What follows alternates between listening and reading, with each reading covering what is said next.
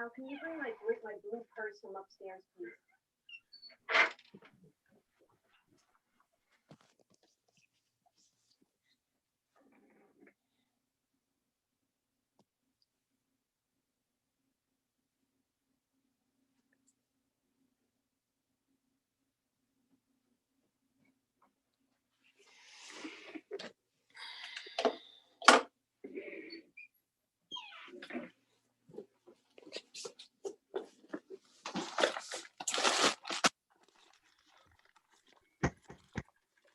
Okay, the meeting is called to order.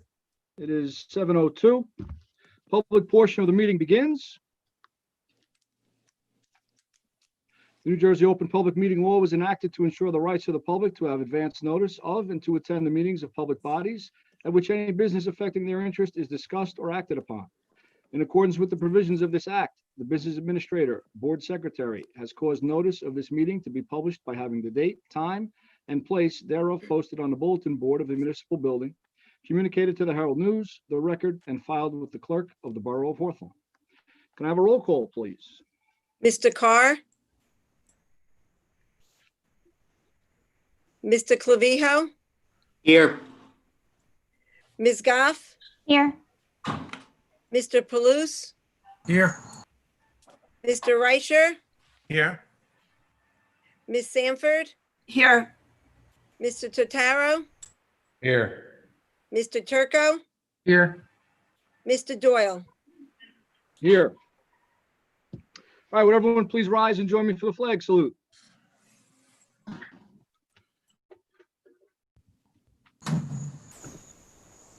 I pledge allegiance to the flag To the flag of the United of the United States of America and to the and to the republic for which it stands, one one nation, under under God, God, indivisible, with liberty liberty and and justice justice for all. for all.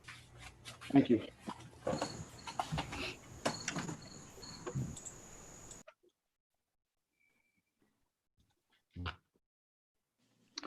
All right, meeting regulations. During each regular meeting, 2 opportunities are provided for citizens to ask questions and to make comments. During the first opportunity, early on the agenda, the meeting is open to the public for the purpose of addressing items listed for approval on this agenda only. The second opportunity occurs just prior to adjournment, when citizens may address any subject matter that is pertinent to and/or directly related to the operation of the school district. If you wish to make a comment or ask a question during the public portion of this meeting, you may submit the question by accessing the Q&A feature on the bottom of the Zoom screen, or you may submit a question via our Board of Education email address, which is Hawthorne, BOE, at hawthorne.k12.nj.us, which is available on our district website. When submitting questions via Zoom or email, please be sure to include your first and last name, your address, and email address, followed by your question. We will do our very best to answer all questions in the order in which they are received. If for some reason we are unable to answer your question, someone from the district will respond using the email address you've provided. The board asks that members of the public be courteous and mindful of the rights of other individuals when speaking. Please note that the board will not respond to comments regarding students or board employees in light of the privacy rights held by those individuals. Moreover, the board discourages comments about such individuals and will not be responsible for such comments.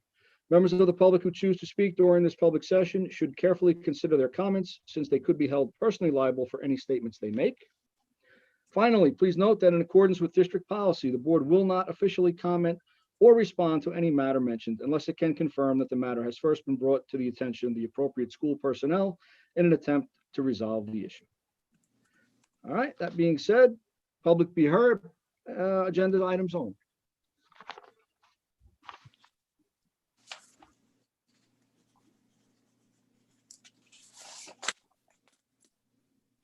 All right, I don't see any questions yet in our Q&A. Oh, there we go. I think I see our first question.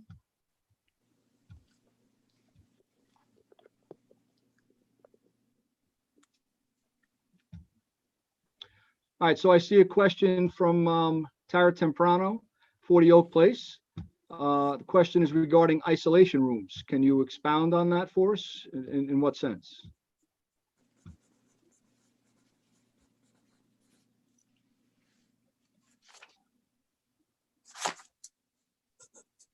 Mr. Spirito, do you have anything in your emails?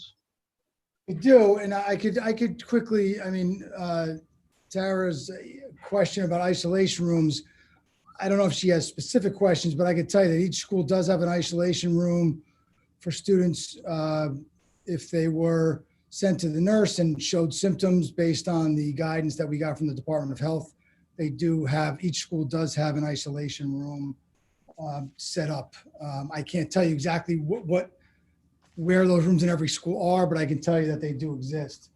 I can also tell you that there's 2 emails, and I would say they would apply to agenda items in the sense that one asks, as has the district, because we are going to talk about this tonight, and I'm going to read the question, and then I'm going to say that I'm going to hold on the response because I feel that I'll answer the question in my presentation tonight, but I'll just read what the 2 questions are. One of them was, has the district pursued a full remote opening in light of the governor's announcement? And if not, why not? If school is hybrid or remote, will there be a requirement for teachers to instruct during virtual lessons? And I'll talk about this part in my presentation, or actually conduct a class rather than just checking in or posting a screencast. So again, I'll be able to answer most of that. The remote option, what I can say in regard to the remote option, my understanding of that remote option that was presented by the governor is if we cannot meet the requirements that are set forth in the New Jersey Department of Education's guidelines, that we would be permitted to extend or delay our opening to meet those guidelines. That is not the case for Hawthorne right now. Our plan currently meets the guidelines that are in the Department of Education's Restart and Recovery document that was shared late in June. So that would be my answer to that first part. And again, the second part I can answer in my presentation. There's also a question from Hope Foley, and she says here that I'm keeping my 2 children home for marking period 1 with the remote learning option. I'm very concerned that the schools have not addressed the HVAC ventilation requirements to safely hold class indoors for the students and teachers. What improvements have you made in each school? I know there have been questions about HVAC concerns or HVAC systems in our schools. Again, based on the guidelines that have been shared with us from the Department of Education, we meet the requirements. I know that there have been other requirements thrown around or shared by other groups. But in terms of the Department of Education's guidance that we were provided, we have changed our filters. The univentilators have been cleaned as they are every summer. What we put in our plan is that we would replace those filters more often throughout the year as opposed to twice a year. They'd be done more than twice a year. But, and again, that's basically what I can share in regard to that question. There are also others in here, Mr. Doyle. If you want me to just go through them, I can.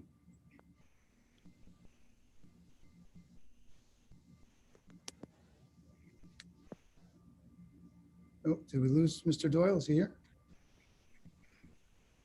Okay, I'll go through these questions. So this question comes from Judah Marteo Gonzalez, and it says, with over 45 districts now making the decision for going all remote, what is Hawthorne's reasoning for deciding to stay with the hybrid schedule rather than using a phased-in approach that will allow educators, school staff members, parents, and students to focus on making sure proper sanitation protocols and training are in place? What does Hawthorne have in place that makes its schools better prepared for in-person learning? Listen, I can't speak for other districts. I don't know the districts that have decided to go full remote. I can't, I don't know the reasons that they've decided to do that. All I can say is this, is that we were provided, or we were required to come up with a hybrid plan as per the governor and the New Jersey Department of Education. His most recent announcement, and I'm going to be very blunt here, that I don't appreciate, the fact that these guidelines continue to change, and that his announcement that he made these changes at such a late date. We've worked extremely hard over the month of July. I can tell you we worked day and night to try to put together a plan to meet the 104-page document that was shared with us. And we were told at the end of June that we were required to come up with a hybrid plan and share it with our County Office of Education. We worked throughout the entire month of July. We met with our stakeholders. We created a restart committee. We had numerous meetings, 3 meetings to be exact, with that committee.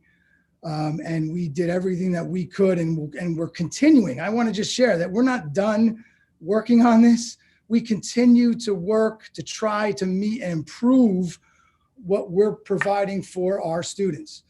I can also share that, and I'll just give you numbers here, that approximately almost 80% of our parents want their children back in school. It's actually, I will tell you the exact 76%. There's 24% district-wide of students who are currently, and those are numbers as of today, students who are currently choosing the full remote option. There are still 76% of our families in this community that feel strongly that their children need to be in school. So, look, I know that some will disagree with that, and some have strong feelings, and I've received emails on both sides of this. People have shared their concerns on both sides, and I know there's no perfect solution to this problem that we all face, and it is a challenge for all of us. But as a school district, I'm just following what we were provided by the governor's office. Again, the most recent announcement to provide remote option, my understanding was that you could only do that if you did not meet the requirements as set forth in that Department of Education Restart and Recovery document that was shared back at the end of June. So that's what we're basing our decision on. And I'll leave it at that, but I think I've talked long enough about it. But I did address Hope Foley's comment about the HVAC.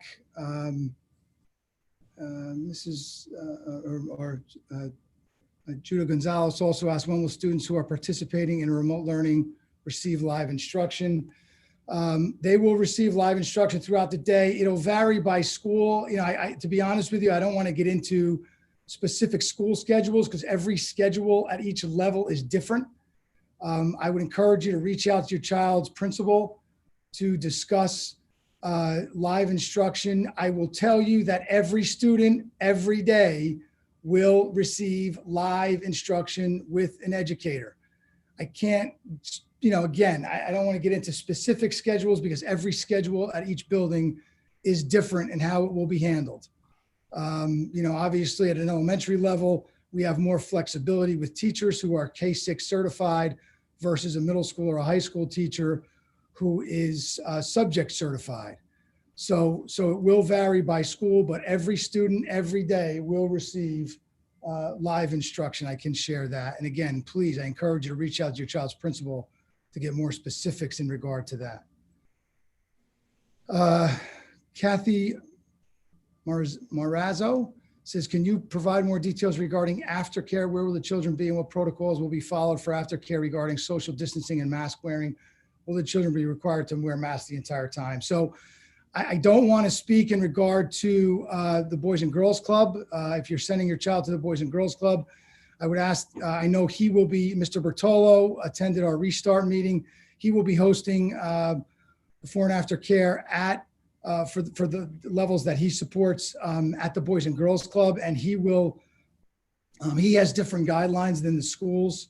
So that would be something I would encourage you to reach out to Mr. Bertolo. In regard to our SAC program, I could tell you we're following the same cleaning procedures and the same in-school procedures, including mask wearing for our students. We will have students socially distant. We will be using our large spaces, our gyms and our cafeterias and the different buildings. And again, we will socially distance our students.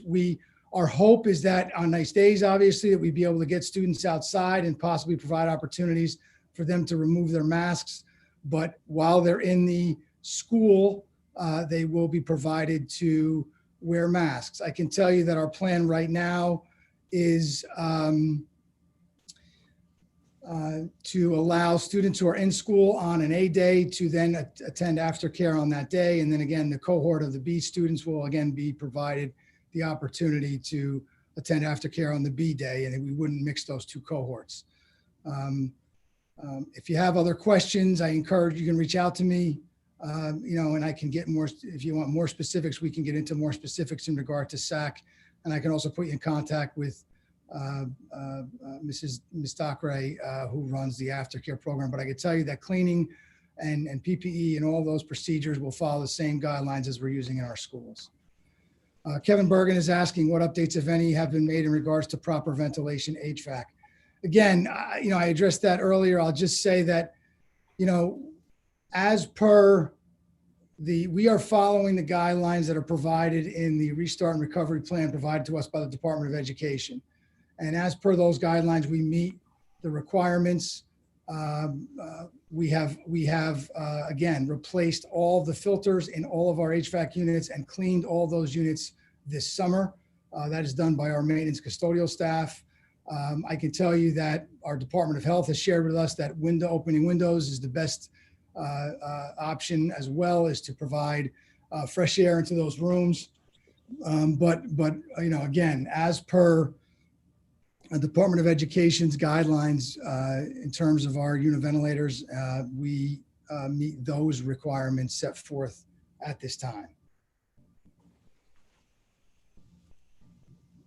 All right, my apologies. I lost total internet there for a little bit, but I'm back online. Everybody can hear me? Yes, Sir. good. We are good. All right. I addressed all the questions that were in there, and we don't have any others in our, Nothing in your email box? I read the two that were in there and addressed those as well. All right, and we've emptied our Q&A box. So at this point, we'll close the first public be heard portion. And we are going to move on to approval of minutes for the July 21st, 2020 regular meeting, public and private. Making a motion to approve those minutes. Motion. Second. All right. Any discussion? Roll call, please. Mr. Carr? Mr. Clavijo? Yes. Ms. Goff? Ms. Yes, Goff? yes, sorry. That's okay. Mr. Palouse? Yes. Mr. Reicher? Yes. Ms. Sanford? Yes. Mr. Totaro? Yes. Mr. Turco? Yes. Mr. Doyle? Yes. All right, moving on. I see nothing under correspondence. Is that correct, Mr. Spirito? No correspondence? That's correct. All right, then we'll move on to the superintendent's report.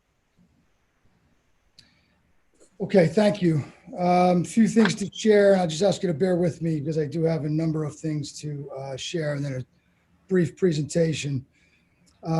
Just a couple of items to update everyone on. First of all, the Diversity Alliance Committee met for the first time on July 28th. We had a very productive first meeting. Appreciate everyone's participation and openness to discuss what I feel to be a very important topic of equity and inclusion in our school district and in our schools. And I look forward to our next meeting on Monday, August 25th with that committee. And we'll continue to, there's a page on our website, a link, I should say, at the bottom of our district website with information about that committee if you're interested in learning more about what's going on with that committee. And I'm sure you'll be hearing more about it as we move forward. Unfortunately, some unfortunate news. The SAT administration that was scheduled for August 29th had to be canceled due to our inability to secure enough proctors. As the announcement on our district website states, the parents will be notified by College Board and will be receiving a refund. And if you have any questions regarding the SAT administration, future administrations, or if your child's prospective college is waiving the SAT requirement, I would encourage you to reach out to your child's counselor once the school year begins, and they can give you more information in regard to SATs and future administrations of that test. Referendum update. Projects are continuing to move along at Lincoln Middle School, our science labs and our media center. At the high school, our STEM lab, our physics classroom, and our culinary classroom, our roof replacements at Jefferson and Washington. I have begun adding pictures on our website. If you go to the district webpage and click on referendum right in the center of the page, you will see that there are photo galleries for the middle school and the high school there. And I will be adding pictures of the roofs that are being replaced in the coming days.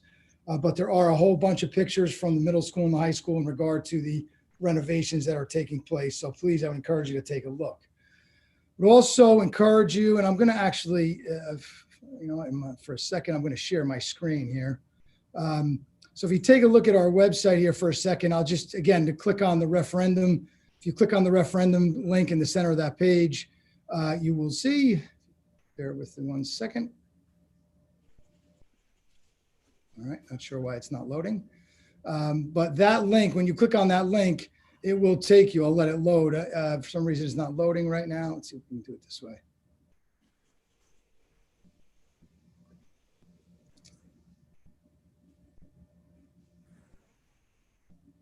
I'm not sure why it's not cooperating at this. Oh, here we go. Here we go. Okay. So if you click on referendum pictures, you'll see there's photo galleries, Hawthorne High School pictures, Lincoln Middle School pictures, and there's a whole host of pictures in those photo galleries. And I'll be adding some pictures of the roof projects as well. The other thing I wanted to share, if you go under our technology page, our Hawthorne one-to-one initiative, I want to thank Mr. Brislin, Mr. Mamkedge, our technology department. They've been disseminating the Chromebooks, the new Chromebooks that was also part of our referendum to our middle school and high school students. Last week, we disseminated Chromebooks to our high school students, and this week to our middle school students. I know today it was shared with me that we disseminated about 188 Chromebooks to our middle school students, and we have 2 more days of that process. Mr. Brislin has also created a one-to-one page on our website with a whole host of information, including our handbook. There's other links here, our digital driver's license, frequently asked questions, online safety, so on and so forth. So whole host of information. If you go under central office and technology, you can find that one-to-one initiative page. And you can learn about our one-to-one initiative in our middle school and high school. We're excited about that. Look forward to getting all those devices and those cases out to our students, hopefully within the next couple of weeks. All right, I'm going to stop sharing for a second. I also want to share that all of our fall sports teams, as well as our band, our marching band, have begun practicing. They actually began on August 10th. They are in week 2 of phase 1 protocols. We are following all of the guidelines provided to us by the NJSIAA. They have provided guidelines to us that we must adhere to in order to have students participate in these practices. Right now, it's very limited in what they can do in phase 1. It's mostly, cardio training and exercising. There's not a lot of, no sharing of equipment or anything of that nature. We are also happy to have our new trainer, Courtney Lawler. She is overseeing our temperature screenings and the paperwork that's being provided. So I appreciate the work that she's done in her first week on the job. She's been working hard to make sure that everyone's safe and following the procedures set forth by the NJSIAA. So I want to thank them, thank Courtney, thank our coaches. They've done a great job so far. We're in week 2 of phase 1, and next week we will start phase 2 of that procedure. Okay. And now at this time, I'm going to share my screen again. What I'd like to do, and although we've already provided a lot of information to our parents, I want to do a brief, and I state this is a brief overview of our Restart and Recovery Plan. We have shared, back in July, we shared an overview of our PPE and cleaning procedures with parents. And back on August 3rd, we shared our entire full remote plan. And again, if you're not aware, that information, anything that you would need to find in regard to our Restart and Recovery Plan is on the bottom of our district webpage. If you click on this link, the road back, you will see that we had all of our meeting agendas, our revision to our calendar, all the correspondence from the Department of Education and the new guidelines from the Department of Health, all of our district correspondence, including our full Restart and Recovery Plan, our parent letter for remote learning, our student schedules for every school are here. So if you have questions, You can take a look at that, as well as all of our NJSIAA guidance that we've been provided and our schedules as provided by our athletic director, Mr. Mazaka, and our protocols and procedures. So it's all here for you. What I'd like to do now is just simply provide a brief overview of what we have put in that full restart and recovery plan. And again, I just can't say it enough. This is a much modified version of what you will see if you go to our full plan. It is a very comprehensive document that we spent over a month putting together. And I'll just start, as I shared earlier, by stating that the creation of this plan has been no easy task. And, we've spent weeks, literally weeks, working, meeting, conducting document reviews, collaborating with our stakeholders to develop this plan. We've worked really hard to adhere to the requirements set forth by the governor, the Department of Education, and all the recommendations made to us by our school physician, our local and county health department, who we've collaborated with as well. I also want to share that this will continue to be a fluid document, and as we continue to receive new guidance or updates, whether it be from the Department of Education or the Department of Health, which we just got an update last Thursday from the Department of Health, we will revise our plan as necessary. But what I can promise you is that this is not something we're taking lightly. As a superintendent and as a parent of students in this district, I could tell you that I have put my heart and soul into working on this plan. I can promise you that we'll continue to work day and night and do everything that we can to create the safest learning environment that we can for our staff and our students. That is our mission, and that is something that we will continue to do. All right, and as you see on the slide here, this is simply an overview, as I stated, and our committee worked hard to put this plan together. And so again, I'll just quickly go through some of these. I'm not going to read every word, but I'll just say that the department's road back publication and our Department of Health guidelines have been our primary source of guidance.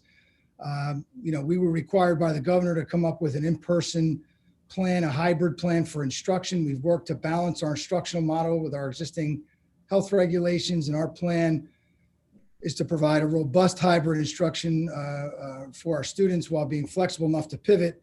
And if we had to go to entirely remote or eventually, we hope to be back full-time in person. That's would be our goal eventually. I want to thank our Restart Committee. These people spent a lot of time with us, 3 meetings, and not just 3 meetings, but outside of those 3 meetings, putting together this plan. And I want to thank not only our administrators, our teachers, our parents, but our students as well who participated, and of course our board members who participated in the development of this plan. Again, I don't want to get into specific schedules because they are all very different depending on the level, elementary versus middle school versus high school. But I can tell you that each school developed a detailed weekly schedules for both our hybrid and full remote schedules. They will provide more structure for our students than last spring, and students throughout the week, and daily teacher interaction for every student. Daily teacher interaction for every student, whether they're remote or in person or hybrid. These schedules are available on our district website. And again, please reach out to your building administrator with questions. Obviously, parents do have the option to choose a full remote option. The principals will be our primary point of contact, and we are asking that parents adhere, whatever choice you do make, that you adhere to that option for the first marking period. And the reason for that is simply logistics. We created an opportunity for parents to choose that remote. Not we created, but it was told that we had to provide that opportunity. We did. We've received, approximately 20% of our parents. Some are a little higher. I can tell you some are a little lower. I'll give you the percentages. Right now, our high school is at 18% remote. Our Lincoln Middle School is at 25% remote. Jefferson's at 21%. Roosevelt at 22%. And Washington is our highest school at 35% of people choosing the remote option. But we are asking that people stay with that remote option for the marking period. And it's a logistical concern. If we had people going back and forth trying to coordinate schedules, trying to coordinate who would be in those classrooms or who would be with a remote teacher, and doing that on a daily basis, people going back and forth, creates challenges for us. And so we've created this chart. Again, it is in our plan. It was shared with parents. Was in the letter that was sent in regard to the remote option, and that letter is on our website. And this is when we're asking you, if you are asking to choose to change, these would be the deadlines for those changes from one model to another. We did share our cohorts A and B. We are following an A-B schedule with Wednesdays being full remote. I will share, parents have asked me about that plan and why we chose A-B, Monday A, Tuesday B, Wednesday remote, Thursday A, Friday B. The reason we chose that was because we felt it provided the most consistency, instructional consistency for our students. I know some districts are going, I'm sorry, can you guys see my PowerPoint? I'm sharing it. Can you not see it? No. Still on restart and recovery. Oh, I'm sorry. You were on the. I'm sorry. I guess when I switched over, I didn't, I apologize. I must not have, I'll have to reshare. I apologize, guys. You need more remote learning. Yeah, obviously. Can you see that now? Yes. Okay, sorry about that. So I will post this PowerPoint, but everything that I shared with you is on these slides, but I'll just go back to I'm not gonna go back to the beginning, but I'll share with you that this was I talked about the schedule for modifying, changing our remote or choosing to go remote. This schedule is in the letter that was sent to parents and as well as our remote plan, okay? I'll share this PowerPoint on our website as well so you can take a look at it. But again, everything that's in here was provided or is covered in our full plan. The other thing I'll just add based on this slide is that students who are in the remote program, full remote, do remain eligible for athletics and all of our services and supports in the district. So that is something that people have asked. In regard to our cohorts, they were communicated on August 11th by our building principals. Again, I know I mentioned the AB schedule. The reason we went with that is because we felt for instructional consistency that we felt it provided the most instructional consistency. I know some people have asked me, why didn't we do AABB? Why didn't we do the full week? And I can tell you that we based it on two things. Number one, instructional consistency. And number two, we based it on the responses from our survey that we sent out in the beginning of July. And we received over 2,000 responses to that survey. And the AB option was the highest percentage of people choosing that option. And again, we agreed with that, and so did our Restart Committee. We felt that for instructional purposes, if we have students in person on Monday, they would follow up with work and still have opportunities to meet with the teacher on Tuesday remotely. Wednesday, everyone will be remote and be meeting as a full class. Students will be back in school on Thursday, follow up from that Thursday schedule on Friday as they were remote, and then back in school on Monday. So again, it's something that I know some districts are doing it differently. It's just what we felt was the best for us and based on the responses from our survey as well.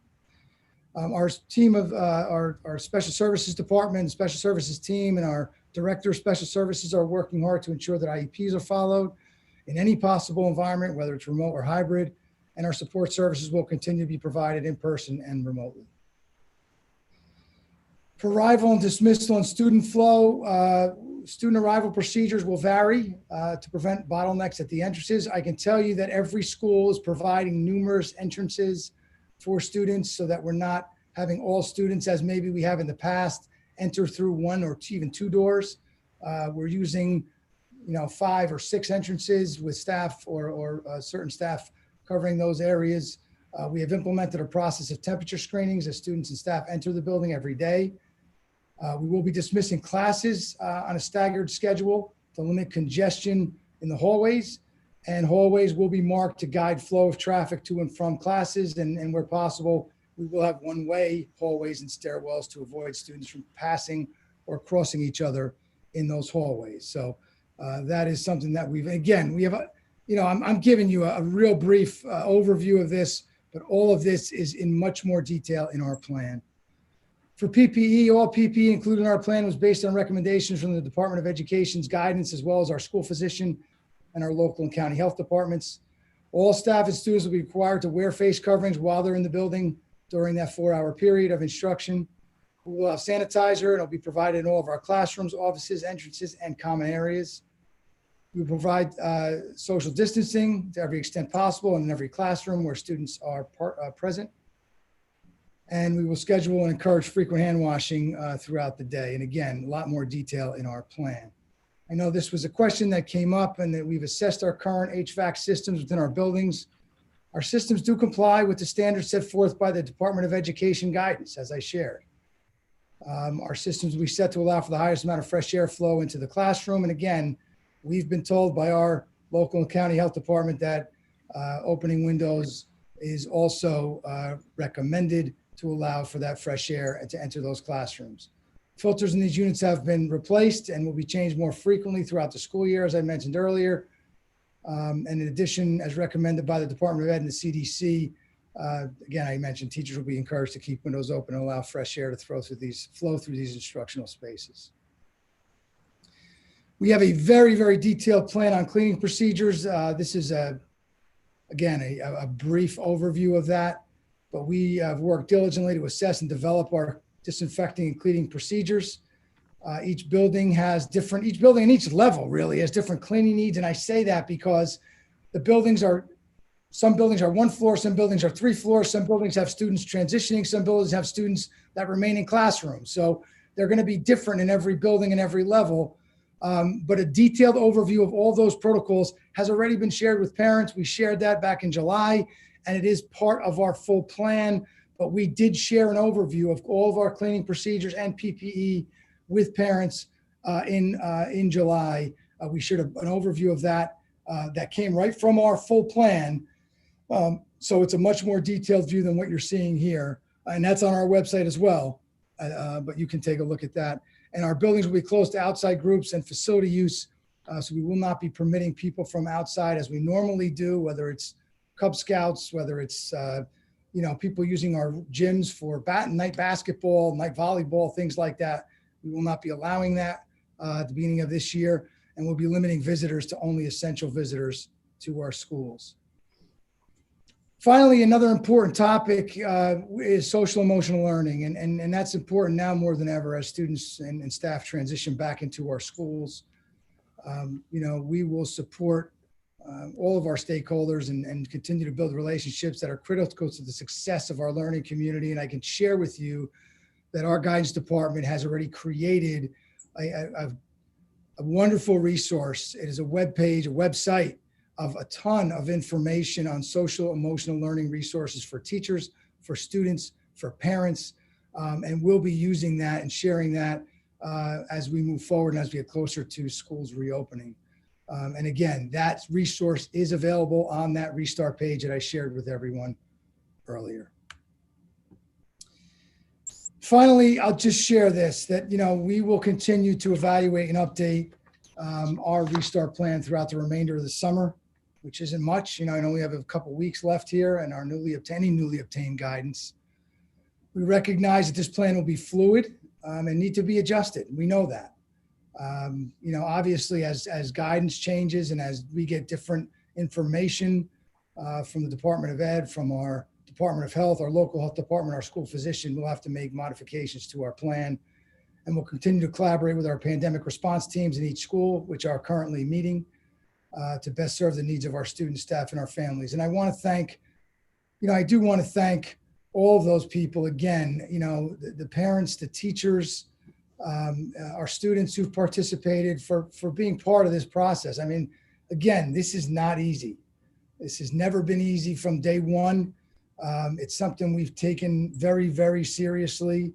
I know there are people in our community, whether it's parents, students, teachers, community members, who have strong feelings on both sides of this Restart plan. And I'm sure there are people who want to comment tonight about it, and that's fine. You're welcome to do so. I would just simply ask that, if we can continue to have respectful conversations about how we can move forward together. I mean, that's always been our goal. that continues to be our goal as we move forward with this plan. So with that said, I will conclude my report. I'm going to stop sharing my screen, and I will turn it back over to you, Mr. Doyle. Okay, thank you, Mr. Spirito, and thank you for once again going over and giving us a brief overview of our restart and recovery plan. As you said, the original plan, we all know, is very detailed and very extensive, but thank you for sharing another brief synopsis of it. All right, we're going to move on. Abby, could you please take us through curriculum and instruction, please? Yes, sir. Pursuant to the recommendation of the Superintendent of Schools, the Committee on Curriculum and Instruction recommend the following resolutions.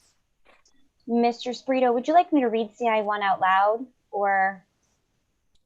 It's up to you. I mean, I can tell you that it just gives an overview. I mean, you know what?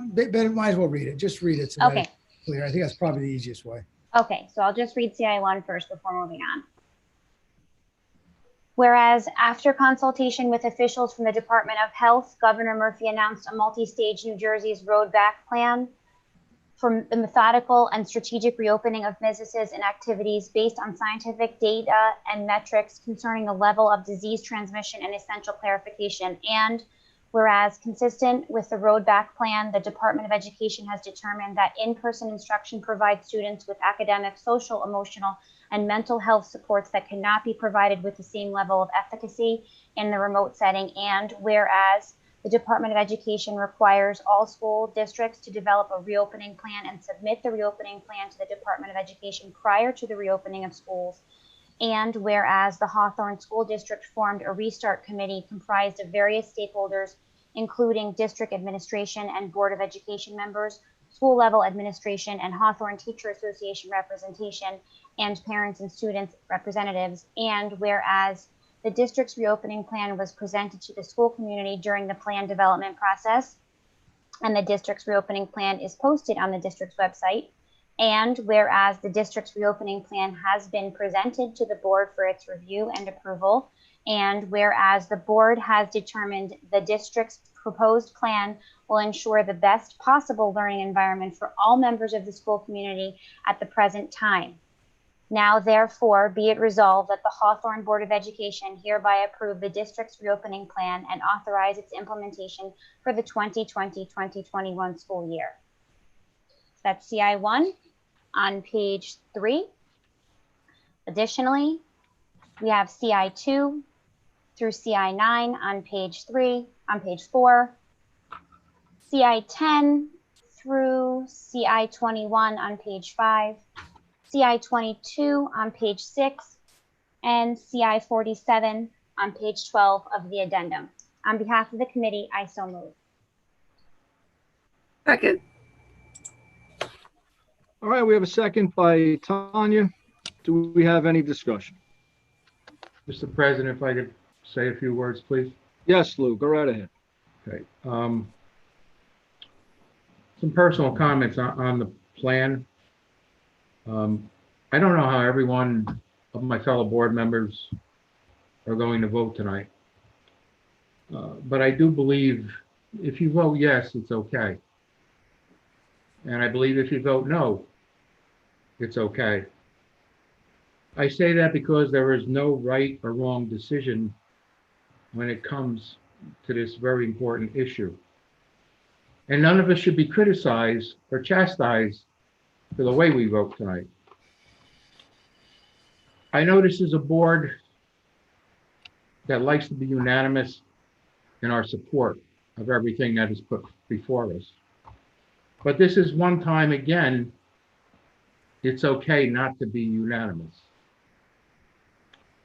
On a personal note, and strictly from my own mind, I know this is still a very, very fluid situation. Districts have been given guidelines, and it's very important to remember those words, guidelines.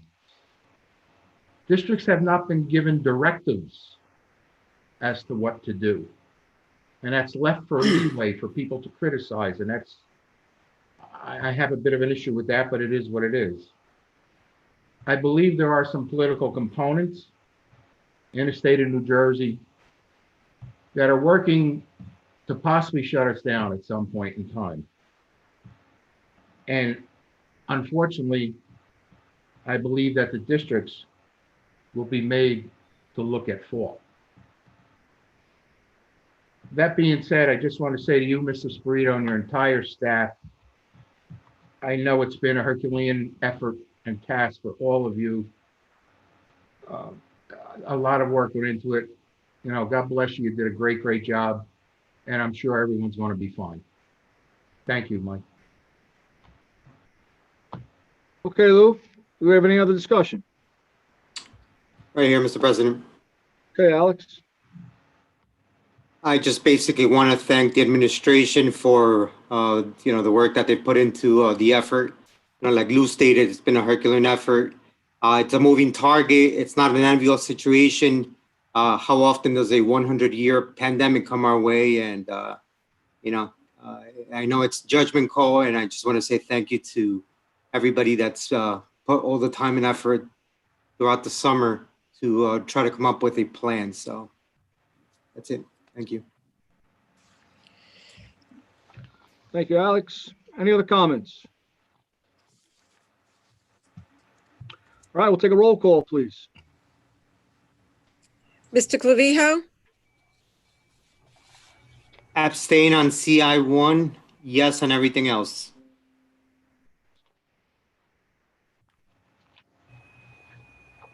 Ms. Goff, Yes. Mr. Palouse, Yes. Mr. Reicher, Yes. Ms. Sanford, Yes. Mr. Totaro, Yes. Mr. Turco, Yes. Mr. Carr, Yes. Mr. Doyle. Yes.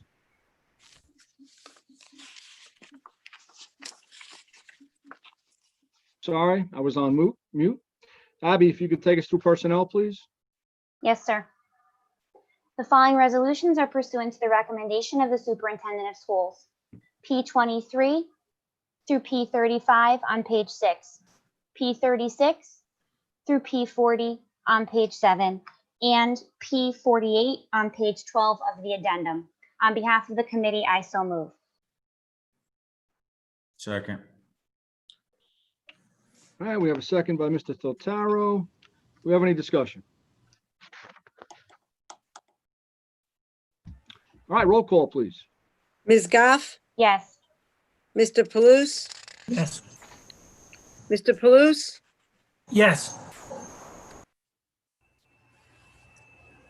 P35, I apologize. Abstain on P35 and yes to everything else. Mr. Reicher, Yes. Ms. Sanford, Yes. Mr. Totaro, Yes. Mr. Turco, Yes. Mr. Carr, Yes. Mr. Clavijo, Yes. Mr. Doyle. Yes. Okay, Alex, please take us through finance and administration. Action items pursuant to the recommendation of Superintendent of Schools, the Committee on Finance and Administration recommends the following resolutions. On page 8, F41 to F43. On behalf of the committee, I so move. Second. Mr. Clavijo, the addendum, there's one item. Okay, thank you, Trudy. And on the addendum,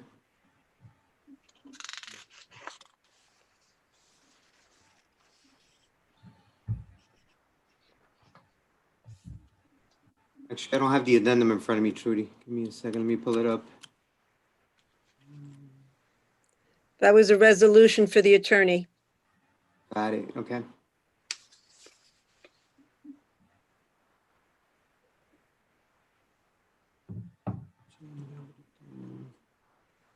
Give me a second. I think I have it here. It's A49, Alex, A49. Got it, yeah, thank you. And FA49 on the addendum. You have this committee, I so move. Second again. All right, we have a second by Mr. Turco. Do we have any discussion? All right, roll call, please. Mr. Palouse, Yes. Mr. Reicher, Yes. Ms. Sanford, Yes. Mr. Totaro, Yes. Mr. Turco, yes, Mr. Carr, Yes. Mr. Clavijo, Yes. Ms. Goff, Yes. Mr. Doyle. Yes. All right, moving on to claims. In accordance with NJAC 6A:23-2:11B, C3, and C4, I had the pleasure of going over the August bills this month. And as usual, Trudy and your staff, you do a fine job, make it very easy and clear and concise to get through them. I believe everything appeared to be in just the way it's supposed to be.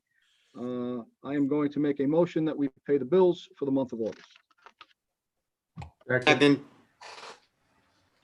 All right, we have a second by Mr. Clavijo. We have any discussion?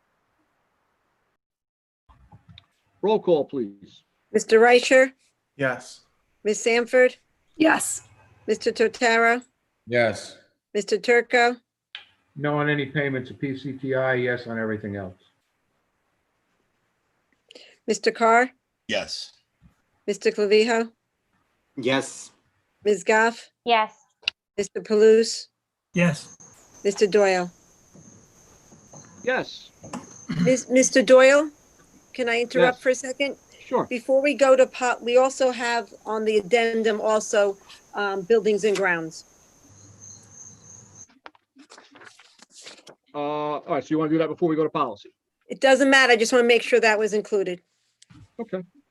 All right, Mr. Palouse, why don't you take us through buildings and grounds? You have your copy of the addendum? Yes, thank you.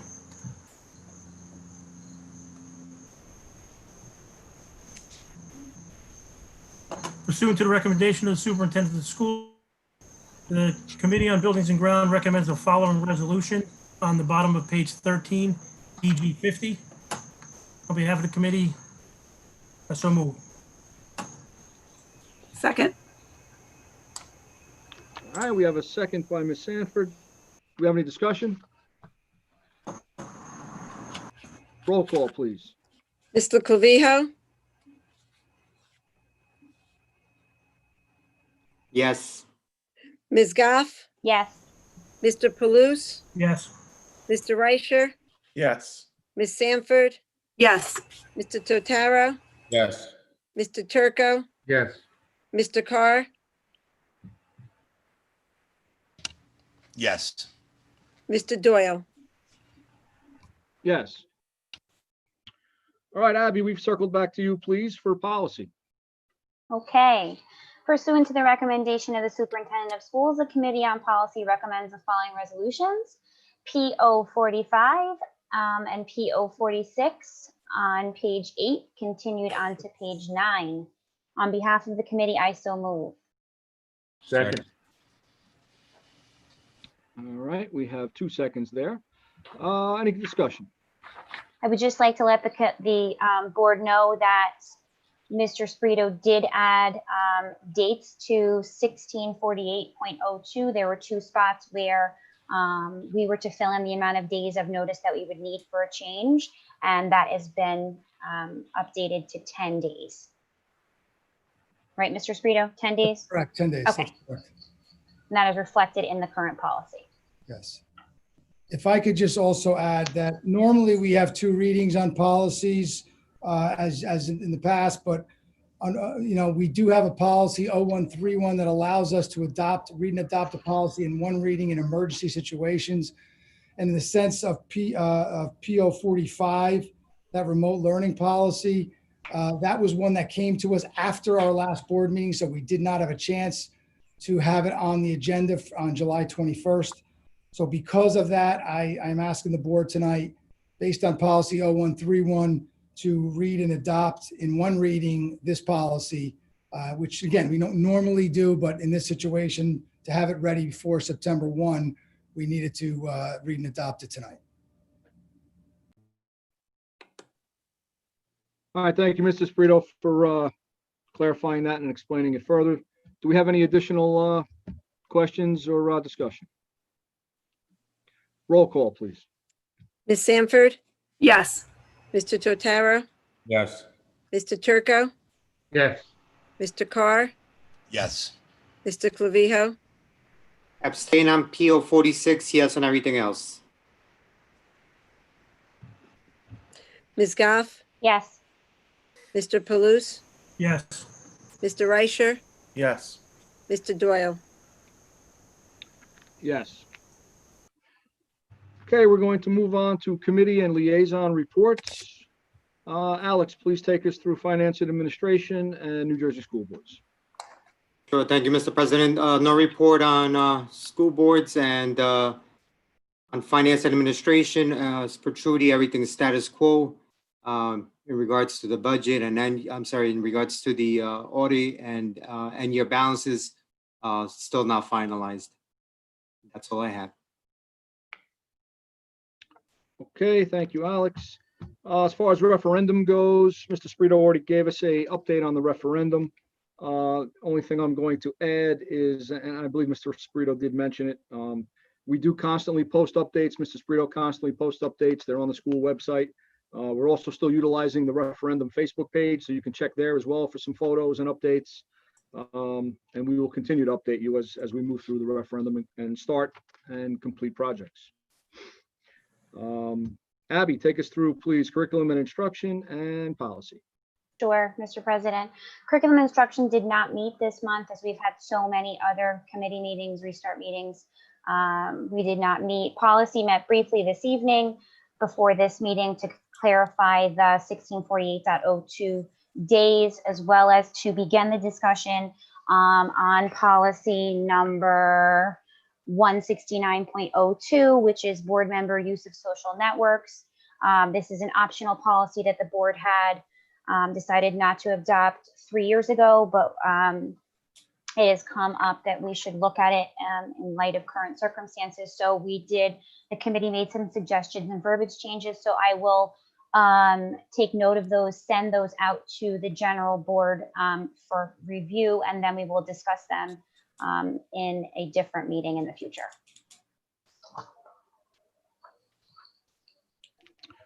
Okay, thank you, Abby.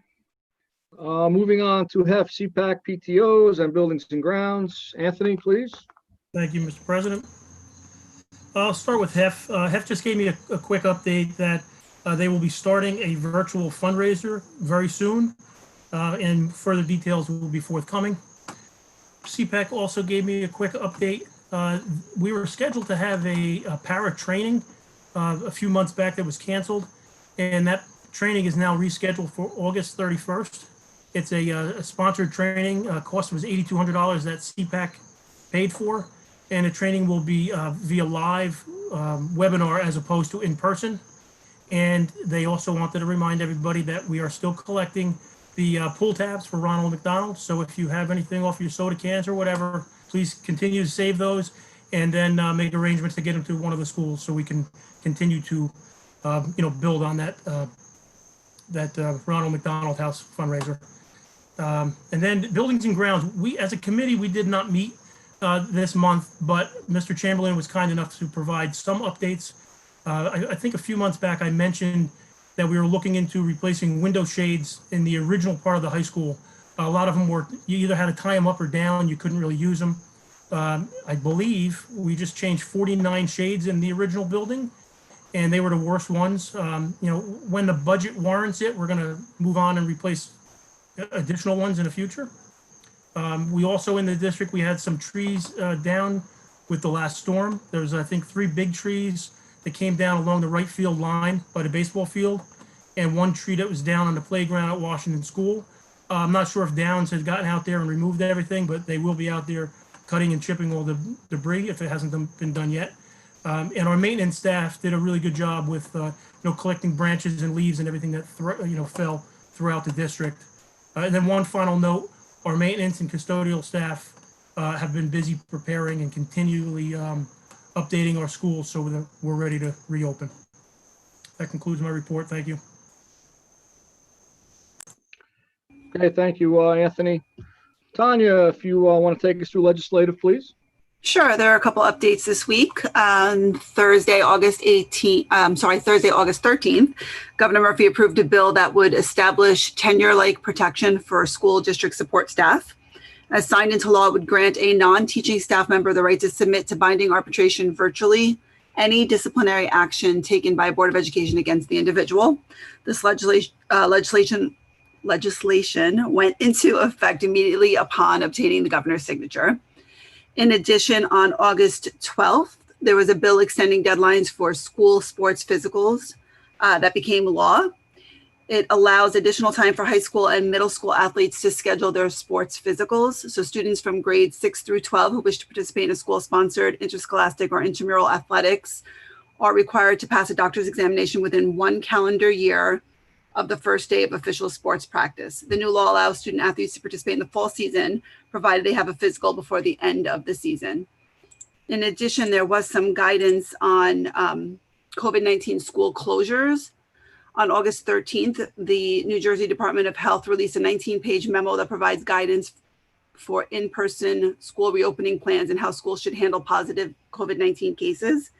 The guidelines include recommendations on when to close schools. For example, one confirmed case of COVID-19 in a school would mean schools would remain open, and students and staff who have been in close contact with the person testing positive would quarantine for 14 days. However, if there were 2 or more cases identified within those 14 days that occur across multiple classrooms and a clear connection between the cases cannot be identified, then school would close for 14 days.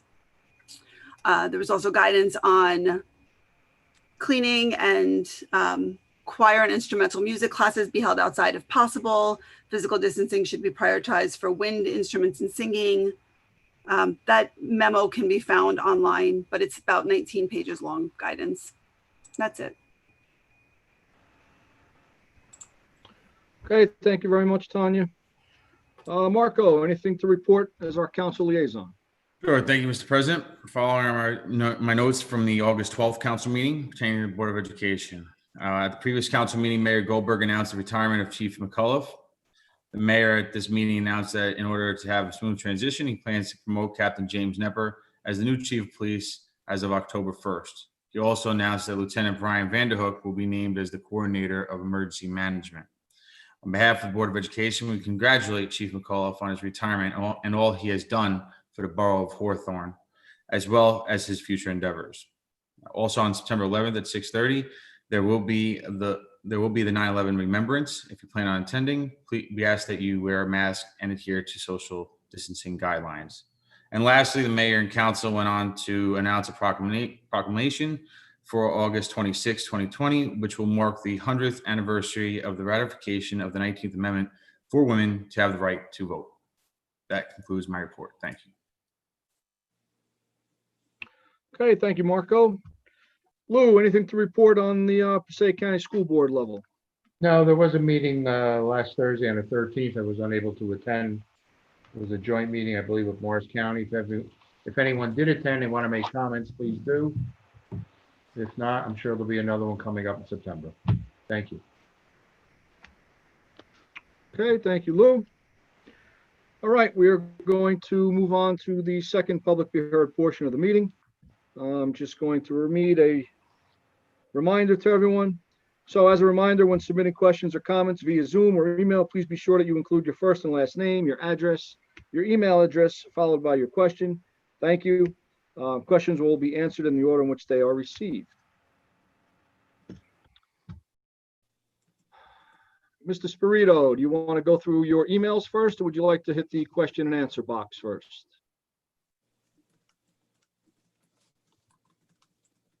I would say let's just do the question and answer first, and then we can go to the emails. Sounds like a plan. Some of these questions may have already been answered based on your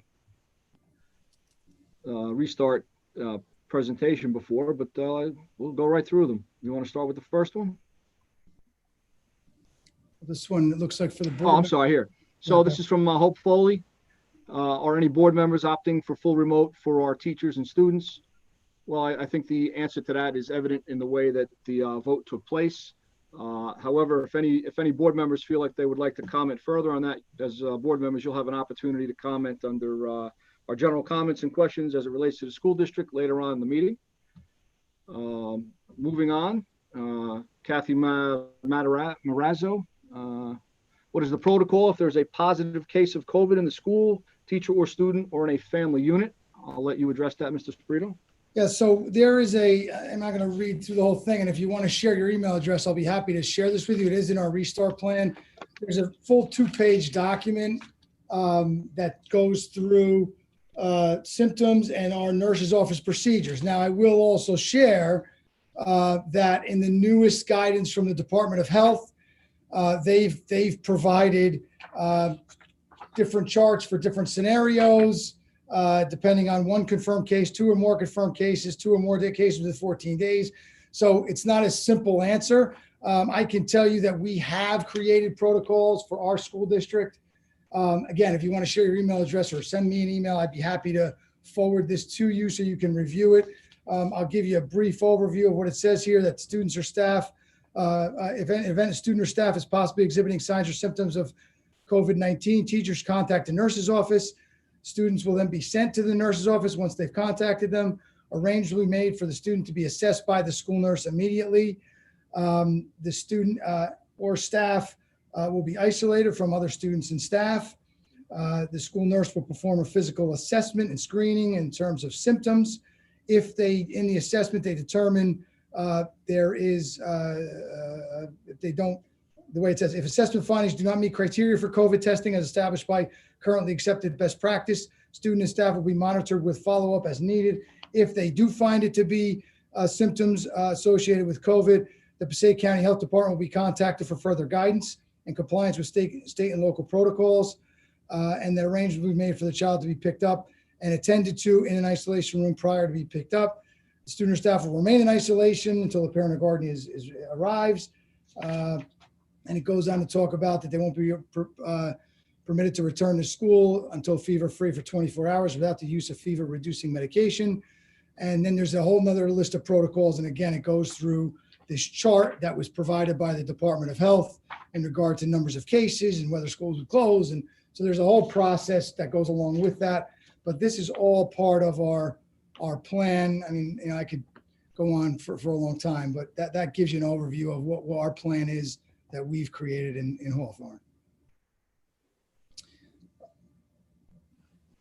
I can keep going. You can continue there, Mr. Sprito, if you think you can answer the next questions. Drop off and pickup schedules will be shared by the schools once they're finalized. They will provide, because again, it's going to vary by school.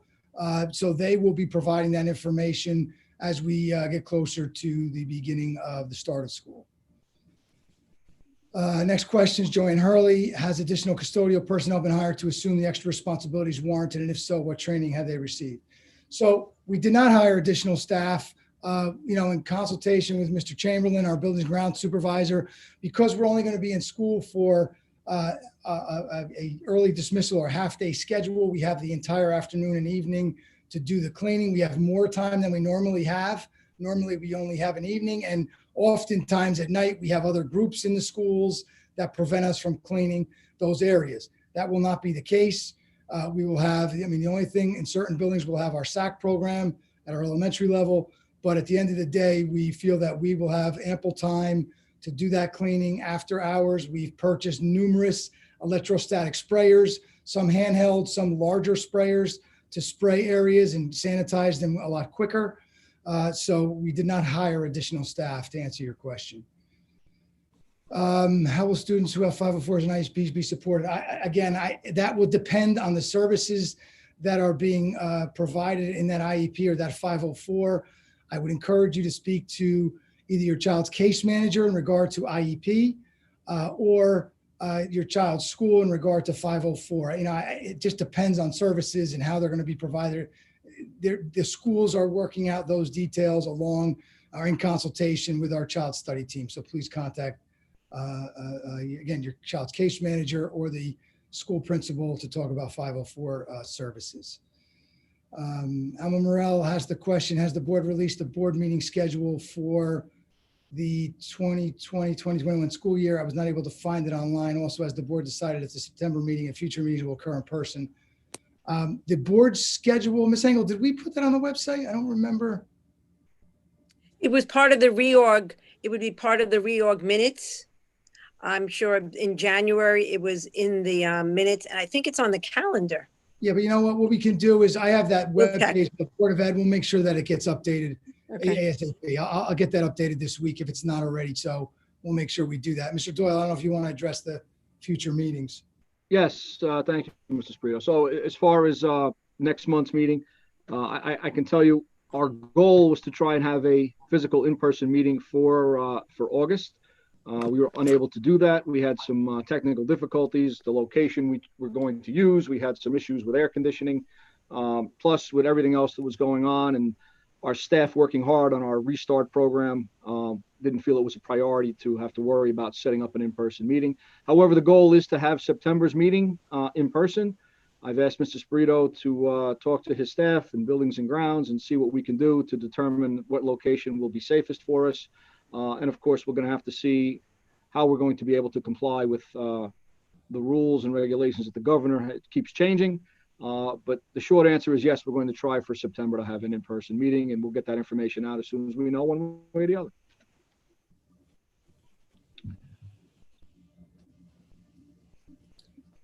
Okay, the next question is from Sue Butterfield. I'd like to take the opportunity to speak on the following issue.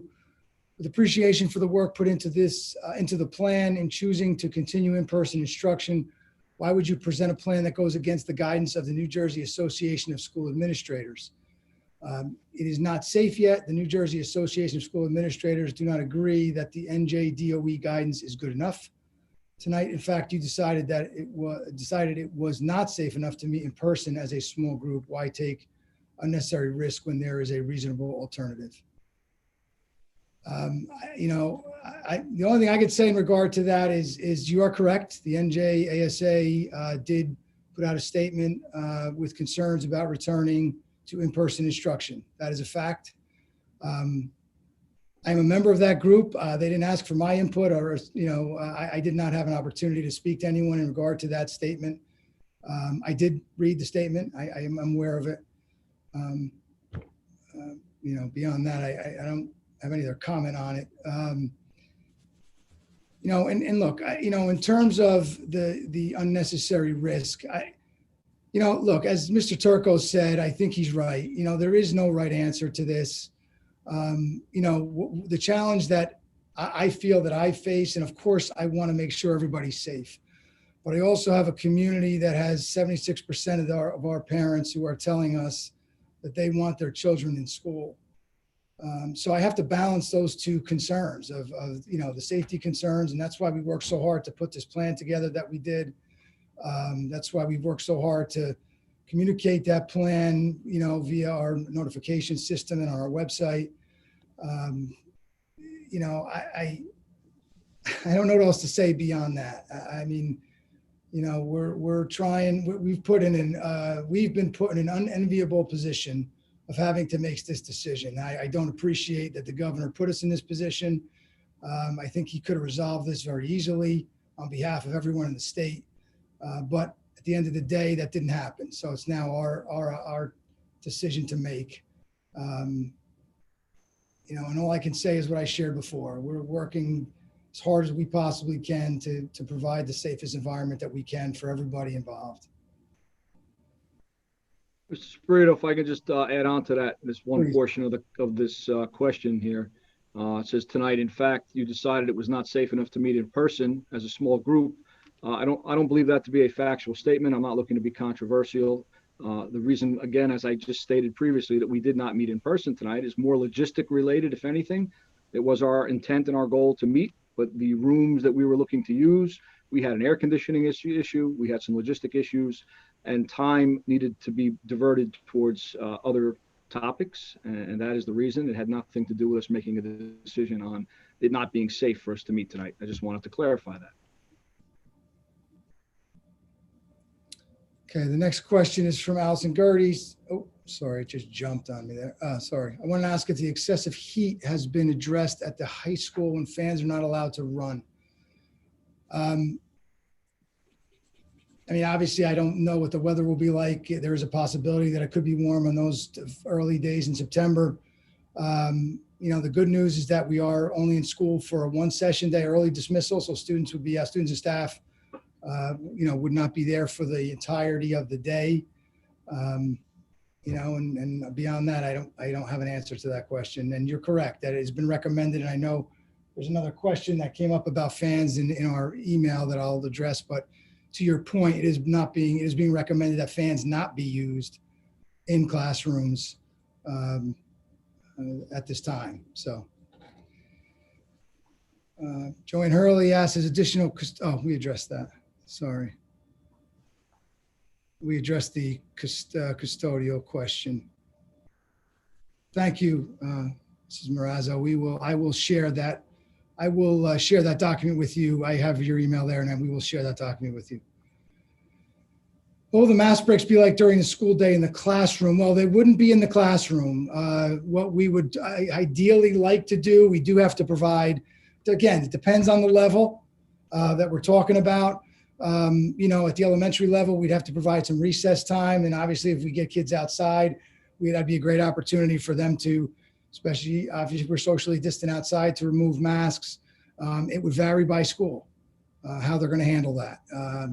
Our position is inside that students would wear masks and staff would wear masks while in the building. So again, specific schools and how they'll address it, I would encourage you to reach out to your child's principal to discuss that.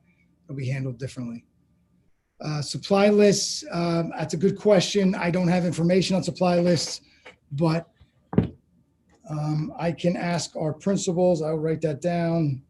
Supply lists. I'm not aware of supply lists being made available, but I will reach out to the principals about that and ask them to get that information out ASAP. Mr. Sprito? Yes. I'm sorry to interrupt, but supply lists are on the pages for the schools. I know Roosevelt has theirs up, and I think there was something sent by the principal at LMS. So thank you. Thank you. I appreciate that. Yeah, I wasn't aware of it, to be honest. I don't get all those notifications from the schools. So, but I will make sure that all the schools, if they have supply lists, do get them out. Elementary school, for the mask. So again, I would say at the elementary level, if we can get kids outside, whether it's during recess time or other times during the day, we can get them a break with their masks. Again, the good news is it's only a shortened day. It's not a full school day. But I know that it's going to be a challenge for kids to wear masks. I understand that. It's not easy to do that, even for 4 hours. Alma Morell stated, I want to acknowledge and thank all involved in developing the reopening plan. I am sure it was not an easy task considering the late and changing guidance provided and the unknown and fluidity of the situation. Thank you, Mrs. Morell. Dr. Morell, I agree with you. It has not been an easy task and it has been a challenge. And even, I'm going to tell you, even with the new guidance that came out last Thursday, I reached out to our local health department. I'm waiting to hear back from Dr. Prasad. I called him yesterday to ask him some questions in regard to that new document, and I'm waiting for responses in regard to mostly some of the things that they changed for symptoms and the charts that they've provided with scenarios. I want to drill down on those with Dr. Prasad, and we'll be talking to him this week about it. So it is a fluid situation. It's something we're continuing to work on every single day, and we'll continue to try to stay on top of it as best we can.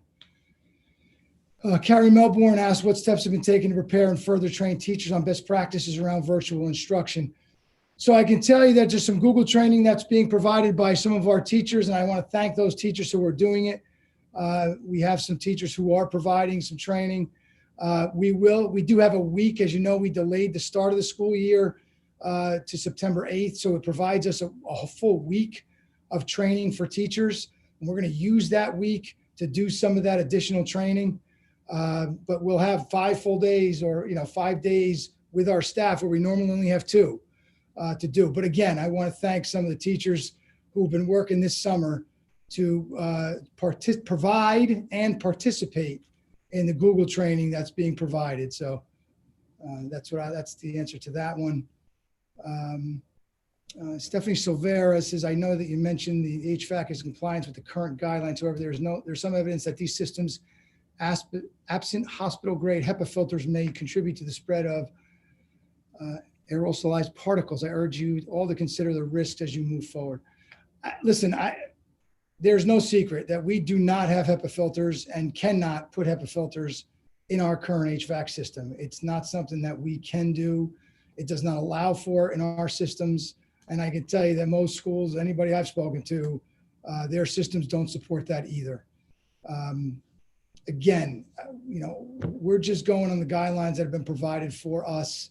And I can tell you that HEPA filters we have not been told that HEPA filters are required or even suggested by the Department of Education or the Department of Health.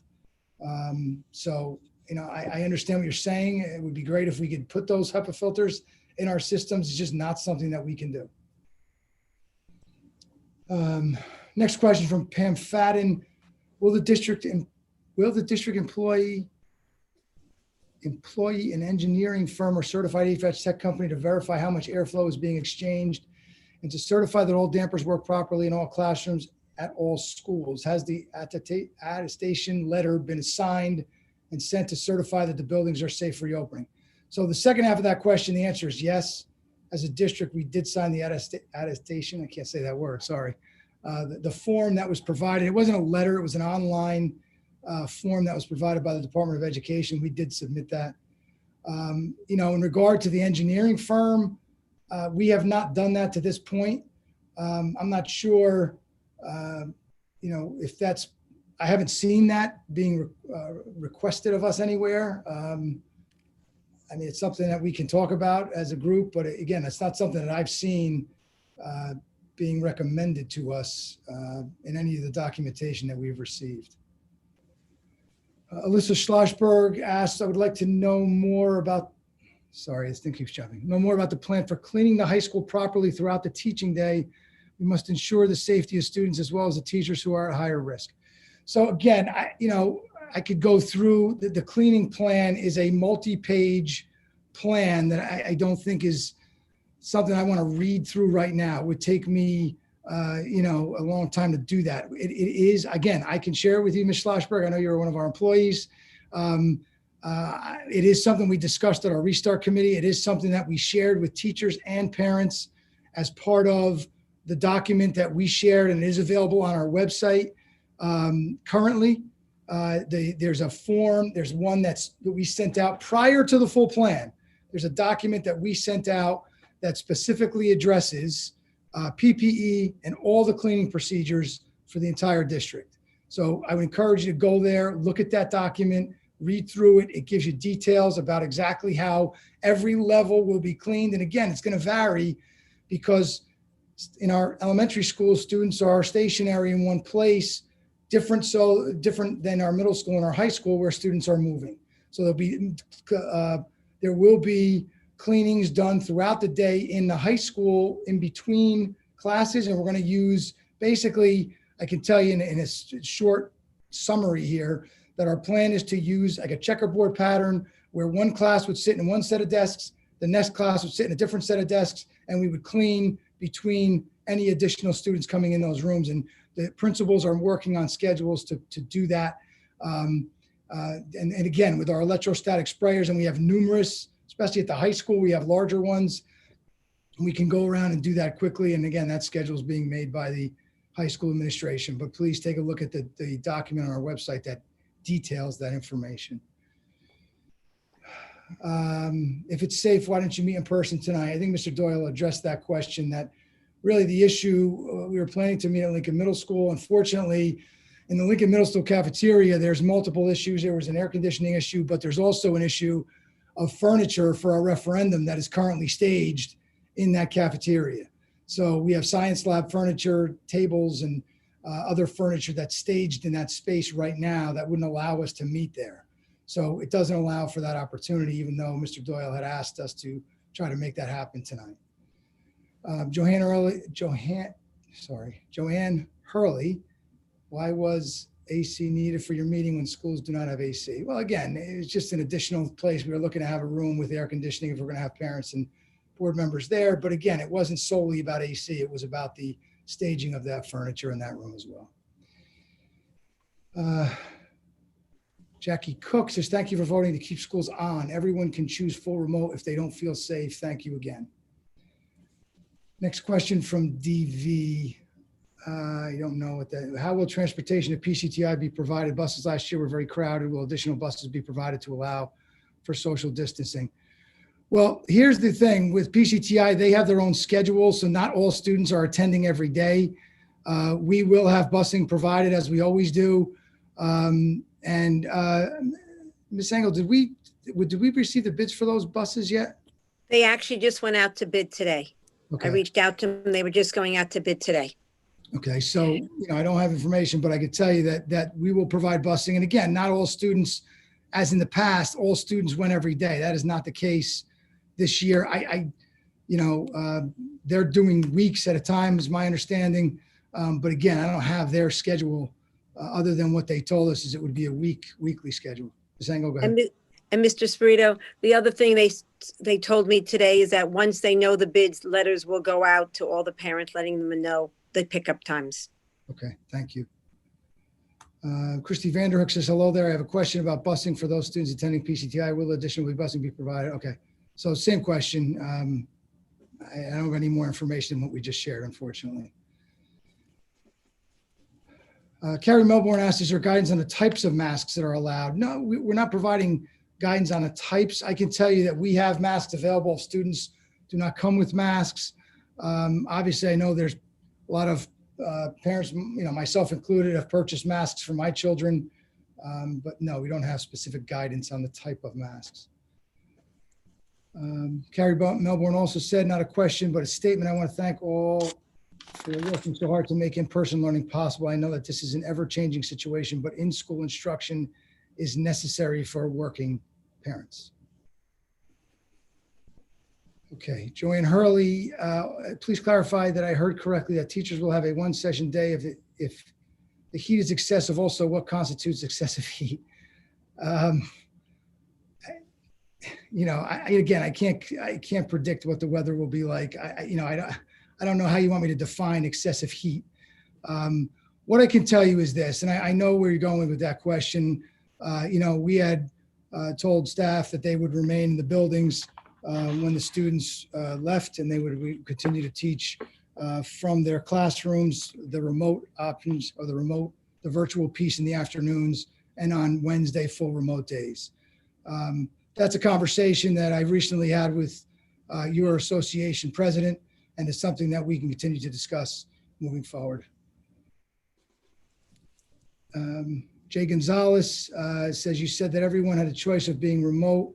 Does that extend to faculty and staff? If a teacher needs to accommodate to teach from home because they are high risk, will that be an option? Will that happen to teachers and students? What I can tell you is that there are certain teachers that have put in for accommodations based on health conditions. We have received some of those. We are in the process of addressing those concerns brought forth by teachers.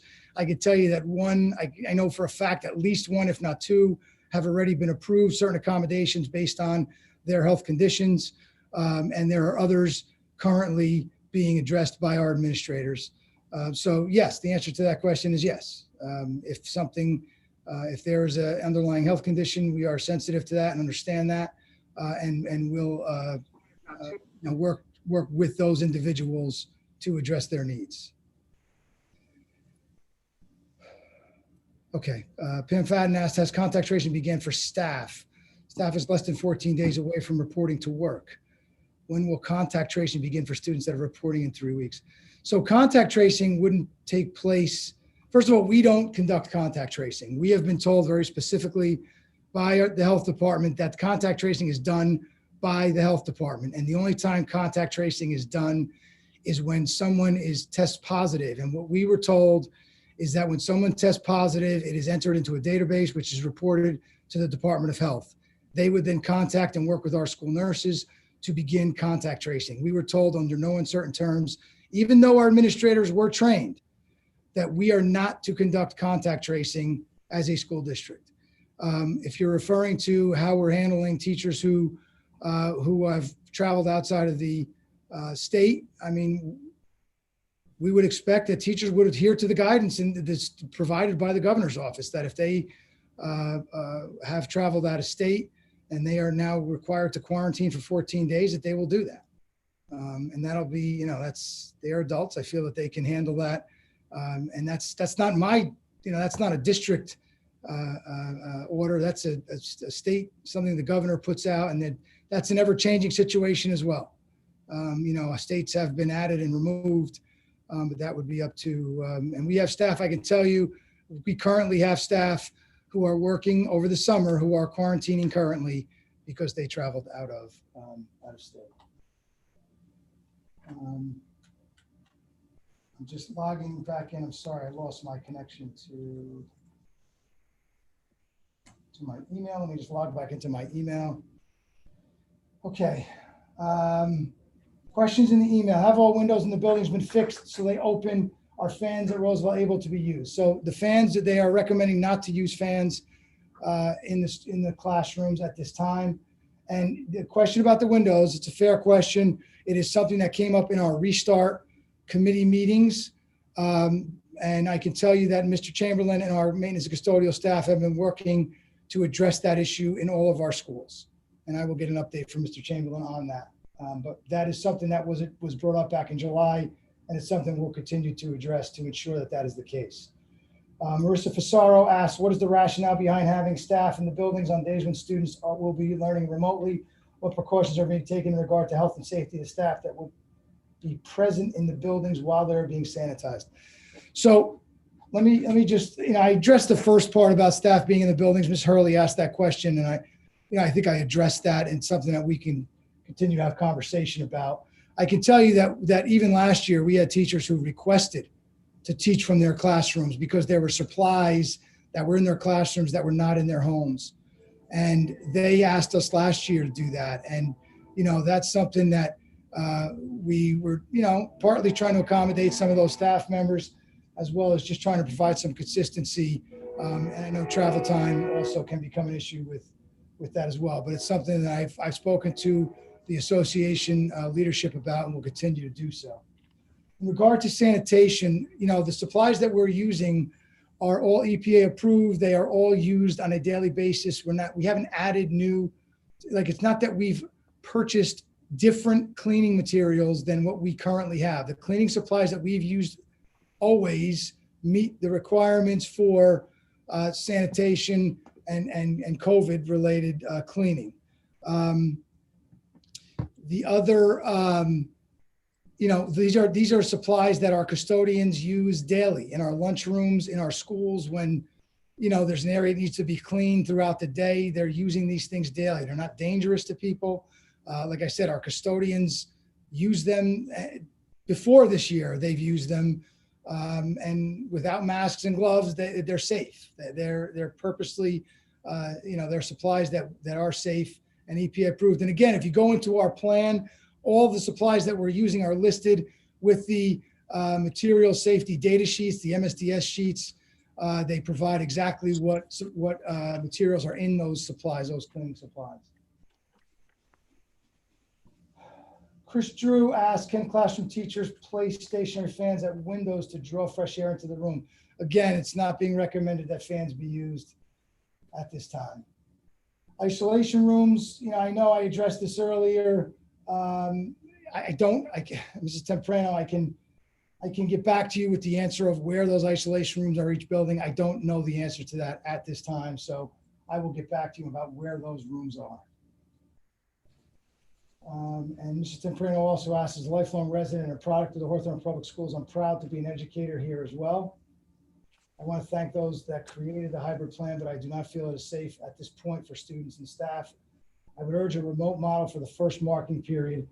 As a high-risk individual, I'm concerned for the students who are also high risk, as well as my fellow colleagues at high risk. And again, I appreciate your sentiments, and would just say that for those who are at high risk, and there is a process that you can avail yourself of that allows you to have accommodations. And I would encourage teachers to do that if they feel that they are at high risk. I completely respect that. And again, we have already approved some of those people to have accommodations starting at the beginning of the school year. So if anybody else needs those accommodations, if you have a question, you can contact your building principal and they will provide you with the forms. I know they were shared with the staff, but again, if you have questions about them, please don't hesitate to avail yourself of that process. One more, Mr. Spreeder, in regards to remote learners, will they still have the teacher they were originally assigned to? That's a good question. And the answer to that is not necessarily. Because remember that teachers are teaching their in-person students daily. So there is a possibility, depending on the level and depending on the subject area, that they will not have the teacher that they may have been assigned to for a first grade class, for example. So it's a great question, but again, in order to provide in-person and synchronous learning for our students, there may be a possibility where your child would have a different teacher than they were originally assigned to.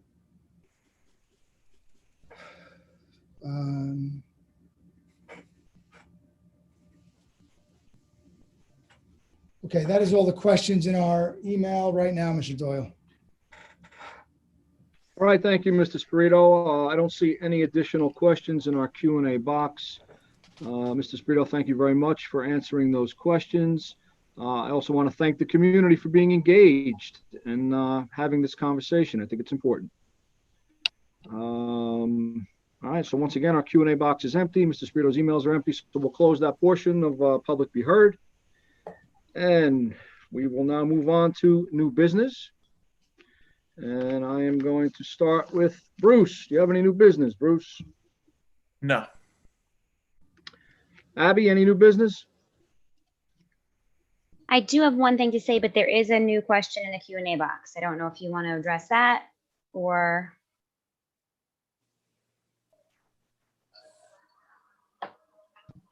All right, Mr. Sprita, we'll make this the last question if you want to see if you can answer that question.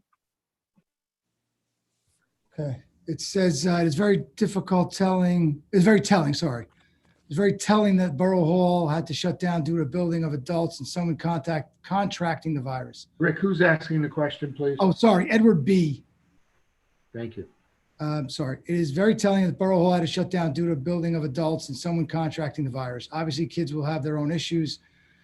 Are you confident, is the board confident enough with these plans that you will all visit the schools during early days back? Listen, I think what I would say is, in regard to visiting the schools, I will be in the schools. I'm in the schools regularly throughout the year, and that will not change. I have 2 children that will be attending the high school. So, to answer that, the answer would be yes. Look, can I sit here and guarantee that nobody is going to contract the virus? I can't do that, sir. And obviously, I don't want anyone to get sick, and for anyone to think that I do, I take offense to it. That is, I didn't become a superintendent or get into this position because I want to hurt people. I get into this position because I want to support our children and support their growth and their academic growth. And I understand, again, that people have strong feelings on both sides of this. I do. And Mr. Turco said it right. There's no right answer to this. There's no perfect solution to this. And I wish we weren't in this situation. I wish we weren't having this conversation. But at the end of the day, I have to, as I said earlier, I have to balance, we have 76% of a community that's telling me they want their children back in school. And I can't ignore that. We are working as hard as we possibly can to ensure the safety of everyone involved, including my children. Okay. And I will also tell you this, I live in this community. I know a lot of these people, these parents, these students, these teachers. I take a lot of care and pride in doing what's best for this district. And I don't have all the answers. I'm not going to sit here and tell you I do, but I'm going to do everything in my power to make sure that everyone is safe. And that's the best answer that I can give you. Thank you, Mr. Spirito. If any board members feel a need to answer the last part of that question, again, you'll have that opportunity when we move on to the general comments portion from the board. Getting back to new business, I think Abby, we left off with you. Yes. So last night, I wasn't expecting this rainstorm that happened, and my husband and son went to the track to play lacrosse, and I picked them up. But long story short, do we have a lightning detector at the high school? Because there were a lot of people on the field as the lightning was striking down, and I got very nervous for all of them. There's a lightning detector on top of the high school, yes. Okay. It must not have, it was lightning. I don't know what the range is, but I just wanted to make sure that we had one. Well, it goes off, it signals lightning, and then it goes off again when lightning's out of the area, but it doesn't consistently go off. Okay, so it sounds an alarm and then, Yeah, but there is one on top of the high school, yes. okay, just wanted to ask. That's it, Mr. President. That was a great question, Abby. All right, we're going to move on. Marco, any new business? No, I'm good. Thank you. Alex, any new business? No, sir. Thank you. Joe, any new business? No, Mr. President, thank you. Lou, new business? No, sir. Anthony, No, thank you. Tanya, any new business? No, I'm good. Thank you. All right, Tanya, how about old business? Remind me now, old business is stuff that was discussed Or anything previously, we've talked about in the past? including tonight. Sure. Now, I just have a comment, and I Well, want to then just, that would be under comments. then I have no old business. All Thank right. you. You'll have plenty of time to make all your comments. All right, Anthony, any old business? No old business, thank you. Lou, No, I'll wait till comments as well. Thank you, sir. Joe, old business? No, sir, thank you. How about you, Alex? Any old business? No, none. All right. Marco, any old business? No business. Thank you. Abby, how about you? I do have something. Mr. Sprito brought it up, but I just want to show everybody the Chromebooks that my middle schooler picked up have these really cool logos on them. So awesome job on the referendum getting off the ground, and honestly, we wouldn't have been able to order them now if we wanted them. So the amazing foresight that went into the one-to-one initiative is really serving us well, and that's a large reason why we're able to get a digital plan off the ground. So really appreciative that we did what we did when we did it. Okay, thank you, Abby. And Bruce, anything under old business? No, I'm gonna wait for comments too. All right, well, Bruce, we're right back to you for comments and concerns related to the district. Have at it. Okay, this is the comment section. This is your comment session. You can have as much time as you'd like. Okay. I'll even give you Joe Carr's time. Did Joe go yet? You didn't call on him before. It's time for me to go. No, I just have really a couple comments about the one-to-one, just to talk about what Abby said too, that I'm so glad we did this. We were able to get it in the referendum, and living in a one-to-one myself in my own school, just a couple of tips for the teachers and the students. Restart your Chromebook every single day. If the Chromebook is updated from the district and you don't update your Chromebook, then you don't get any of those updates. So every single day I would update your Chromebook just to refresh it, and try to handle the Chromebook with care the best that you can. I know we have certain things for the Chromebooks to go into, but please be careful with them, as careful as you can be. Sometimes they do malfunction, but try to handle them with care the best that you can. And just to comment again, like what Abby said, she's totally true. Some districts now, they can't get Chromebooks until I think February or March. So we are very lucky that we have that in place, and I'm excited to see all the cool things that kids create 6 through 12 now that we are one-to-one.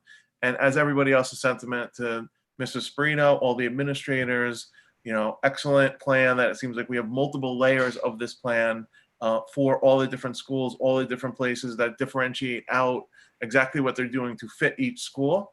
So kudos to them, and that's all I have to say. All right, thank you, Bruce. Abby, any comments or concerns for the district?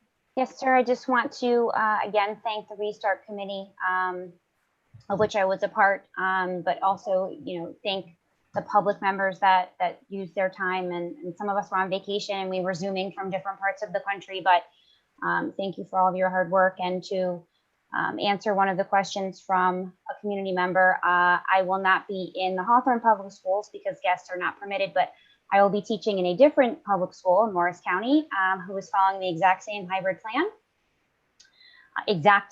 plan.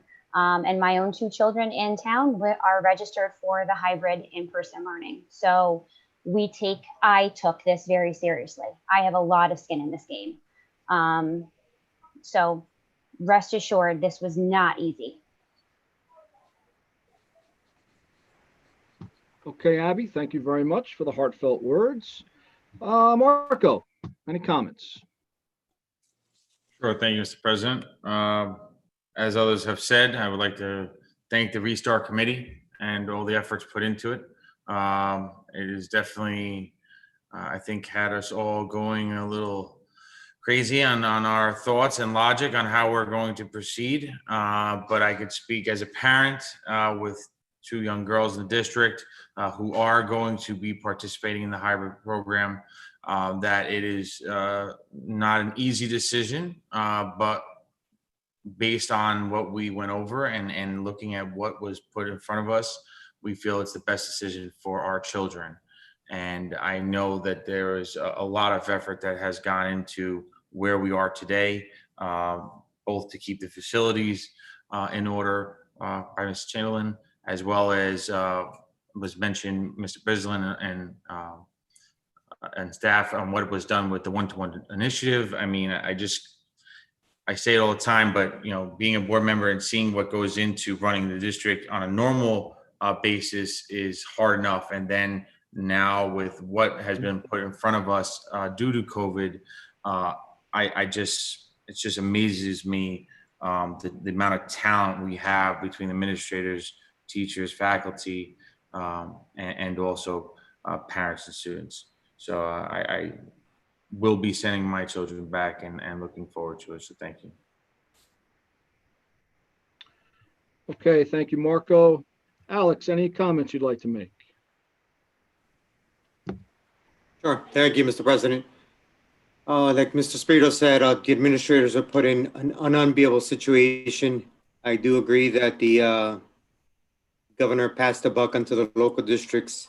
I mean, you think about who makes up these Board of Educations, right? All of us are laymen in the field of for the most part, of health and medicine.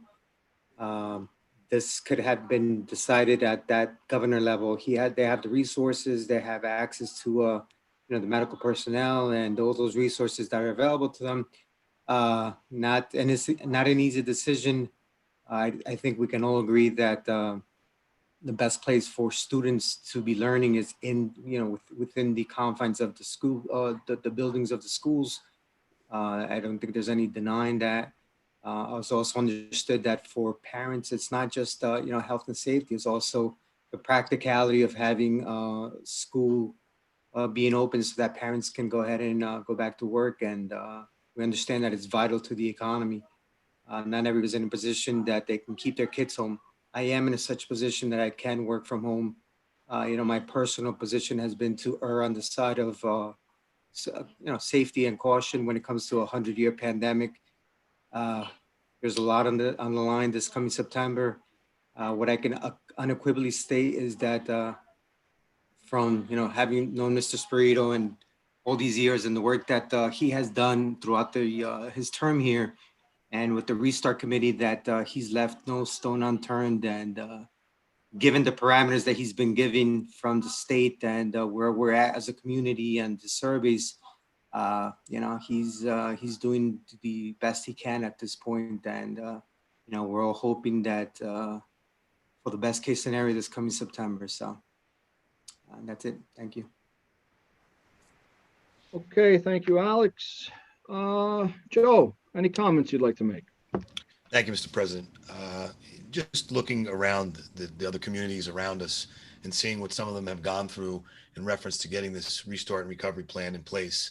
I think the collaboration that Mr. Spirito and his staff has done supersedes what anyone could have ever thought was going to happen here. Again, like we've said in the past, this is unprecedented times. And I think, the leadership ability of Mr. Spirito and his staff is definitely showing through now. Thank you. Okay, thank you, Joe. Lou, any comments you'd like to make? Yeah, just one or two quick things.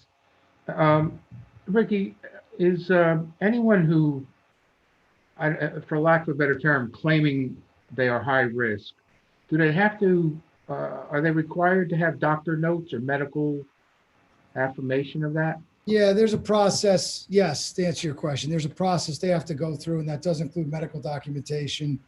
And basically, like I said, we have, I believe I remember correctly, there was 8 staff, or excuse me, 11 total. Right. 11 total. I believe 8 teachers who've already availed themselves of that process. And, 2 of them, as far as I know, were approved, and the others are going through the process. But yes, it does include medical documentation. Okay. My second thing is responding to the last resident's comments about going into schools. I myself and other family members, as some of you may know, do work in a school. We are confident in entering the schools and working there, as long as we follow the proper protocols. As far as entering a school here in the district as a board member, I would never even think of it. The least amount of people entering the schools, the better for everyone's health and their safety. And finally, Ricky, one more time, I just want to tell you, you did a heck of a job. You did a great job. Thank you. Thank you. That's it. Okay, Lou, thank you. Anthony, any comments? Sure. Going along with everybody else, Rick, thank you for all your hard work, the staff, the teachers, but, I thought it was really important that we had community members as well as students involved with making the decision. I just want to thank everybody for that. I do also have two students in the district. They're planning on going, and, we're just going to do everything we could on our part, to make sure that they're safe. They will not be leaving this house and going to school if there's any chance that they don't feel well. And I think everyone has to really, go overboard this year and, not just let your kid go to school, so you can go to work or whatever that may be. I know it's a difficult time. The decision that has to be made now is we won't know, and, there's hindsight, right? We won't know until we really get into this. We just got to hope for the best. And I just, wish everybody luck, and thank you all for everything you did. I was not on the committee, so thank you all that were involved. Okay, thanks, Anthony. All right, Tanya, you're up. Comment away. Yay. So I know Lou said before that we're not, we like to be a board that agrees unanimously on things. And there's no, I completely agree. There's no answer. There's no right answer. There's no wrong answer to this. There's no one solution that's good for everybody. We all know that. It's a very difficult decision. And I commend everybody who was part of that restart committee. Rick, for everything that you've done. You've always put the district's best interests on top. But I just want to say, I do think that we all can agree that everybody has done due diligence here and everything that they can do to ensure that the kids are safe, that the teachers are safe, that everybody can return and learn in the best capacity that they can in person, if that's what they so choose. And if they choose to stay home, that's their prerogative, and that's what's agreed upon. As to my own children, I have 2 children who are still in Hawthorne schools. I have 2 that graduated. They will be going in. So I'm fully confident in not only myself. If I were allowed, I would be there. But since I'm not, I'm giving you my most precious things. And I'm confident that they are safe and that they are taken care of. In fact, I'm so much more confident that the schools will be clean and the protocols there are so documented and laid out, much more than they are at the supermarket that I do my food shopping at, or at Target or at Home Depot when I go into. At least I know here that there are temperature checks, that there are daily cleanings, that there will be physical distancing. I don't know those things are happening in these other places that I visit. So I'm very confident. I am very sensitive to those who are nervous or worried, and they have every right to be. So I do appreciate that there's no one answer, but I am just thankful for everything that Rick and the Restart Committee have put through. So I just wanted to say thank you for that. Okay, thank you very much, Tanya.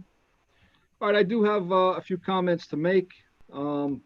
As everyone else has done, I'll start out thanking, Mr. Spirito. There's not enough words to say, the time and energy that you've invested in putting together all of these plans and the logistics, your administrative team, the buildings and grounds, our custodial staff, our maintenance staff, our teachers, our paras, everybody that's involved, everybody that's had feedback, the entire Restart Committee, of which myself I was a part of. Kudos and thanks to everyone. This was no easy task. We all know that. We all acknowledge that. And it's not over. By far, it's not over. It's a fluid situation, as it's been said several times tonight. We're going to have to continue to make hard decisions as information funnels into us, and we will do so. Being part of that recovery team, I can honestly say personally that I believe we left no stones unturned. I want to say, and this is my opinion, okay, but I want to say to our teachers and to our staff, I get it. I get the concerns that you have. I get the concerns that our parents have. As a parent, as a taxpayer, I get it. Okay. My wife is a teacher. My wife has health concerns. My wife is a breast cancer survivor. Okay. She has daily health concerns as well. Me being in law enforcement, I've been dealing with this COVID since the onset, since back in March. I've been in some precarious situations. I've had to be in and out of buildings that may be safe, may not be safe, in contact with people. I get it. I totally understand the concerns. I understand the anxiety that you could go through. I totally get the whole package. That being said, I truly, personally, me, Michael Doyle, believe that we as a district, under Mr. Spirito's guidance, have not made any decisions on a whim. Everything was done methodically and thoroughly, and safety was our number one concern. I am very confident in that. I will be sending both of my children to school for the in-person person. My wife is in another district, but she's going to be returning to the classroom as well for a hybrid program. The other question I want to address was about board members entering schools. Just as an FYI, as a point, all right, it is not normal practice for board members to just arbitrarily enter into the school buildings. All right, if it's not related to our children as drop-offs or pick-offs or attending sporting events, which we're really not doing right now indoors, okay, it would be inappropriate for a board member to just arbitrarily enter a school building. It would have to be board related. Now, on the other side of the coin, we do take tours of the building as part of our buildings and grounds, and usually at the end of the summer, we go in, usually as a group and or individually, to see what improvements have done over the summer and the cleaning process. So under that guise, board members would enter the school. But I tend to agree with some of my members here that we're just not going to arbitrarily enter the building. A, we're not supposed to. B, it would not be in the best interest of health and safety at this point, unless we really need to be there. However, I am confident to enter that building if I have to. There's no question about it. I think I've been long-winded enough at this point. I know we have private business we need to take care of, so I'm going to entertain a motion to enter into private. So moved. Second. All right, we have a second. Do we have any discussion? We'll take a roll call, please. Mr. Totaro, Yes. Mr. Turco, Yes. Mr. Carr, Yes. Mr. Clavijo, Yes. Ms. Scoff, Yes. Mr. Palouse, Yes. Mr. Reicher, Yes. Ms. Sanford, Yes. Mr. Doyle. Yes. All right, everybody, I'll see you in private. Thank you.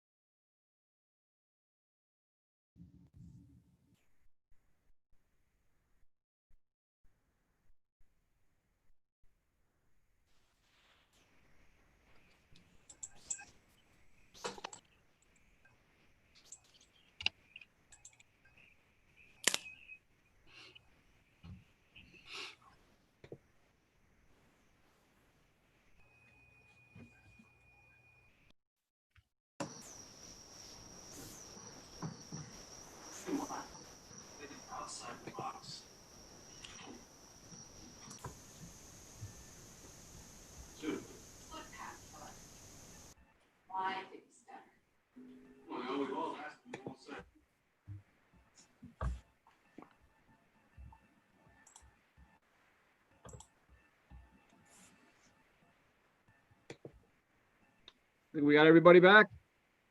Yes, 1, 2, 3. All right, I'll entertain a motion to close the meeting. Motion. All right, we got a second? Any discussion? Roll call, please. Mr. Carr, Yes. Mr. Clavijo, Yes. Ms. Goff, Yes. Mr. Palooz, Yes. Mr. Reicher, Yes. Ms. Sanford, Yes. Mr. Totaro, Yes. Mr. Turco, Yes, Mr. Doyle. Yes, okay, the meeting is adjourned. Thank you, everyone. stay Have a safe. good everybody. night. Hi, Stay well, everybody. Be good. everyone. Thanks. Bye.